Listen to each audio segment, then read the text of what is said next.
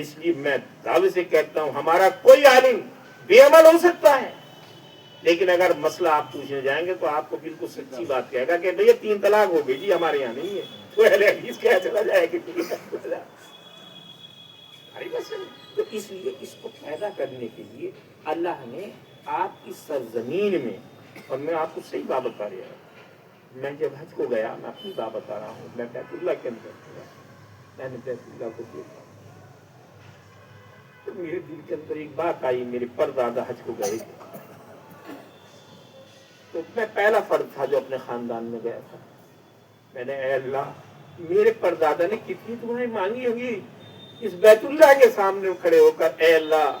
تو میری اہل و عیال میں سے کسی نہ کسی کو اپنے گھر کے دیدار کرا دینا، یہ اسی کی برکت ہے، ورنہ عقل میں بات نہیں آتی، مولانا جانتے بھی ہیں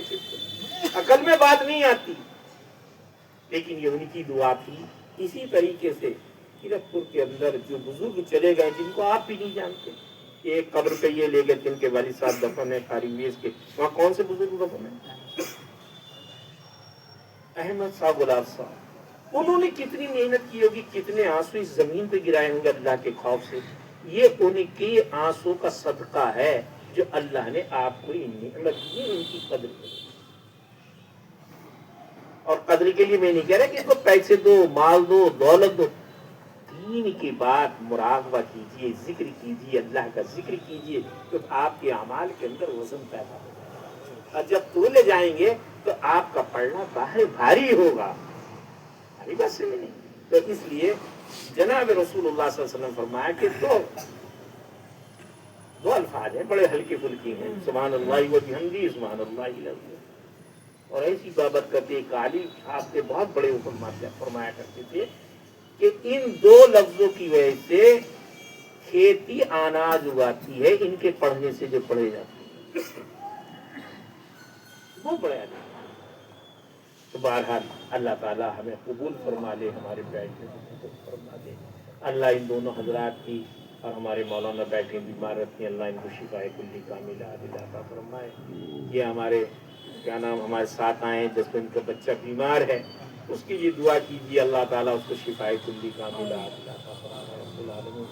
تھوڑی دیر ذکر کر لیجیے،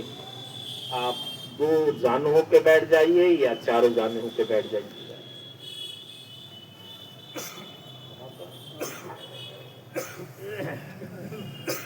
ادھر کو منہ کرو۔